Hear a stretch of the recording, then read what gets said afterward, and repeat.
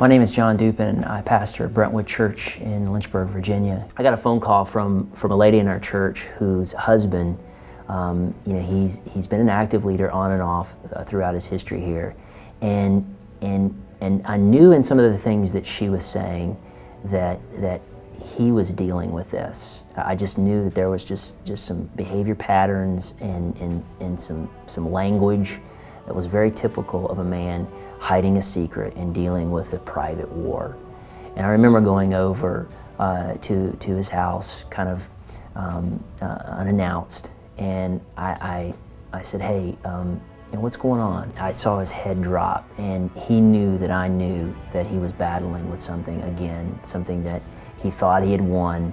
He had read the books and he had gone through some counseling, but he was back, and it had morphed into even bigger monster than before. So I said, let's go for a walk. And so we walked out of the house so that he could be away from his family, so he could really talk freely and be transparent.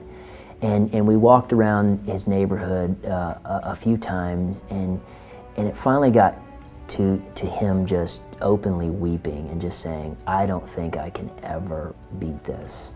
I think this will just be a part of my life. And this was round about the time that I had been talking to Joel from Proven Men, and he was getting ready to start up a new group. And I said, you know what, there is hope for you, and I want you to think about this, and I want you to pray about this. And I remember saying this to him. I said, this means you're going to have to make some sacrifices with your work because you're going to have to go to this group. And I said, but I want you to think it like this. I want you to think about it like you have stage 3 cancer.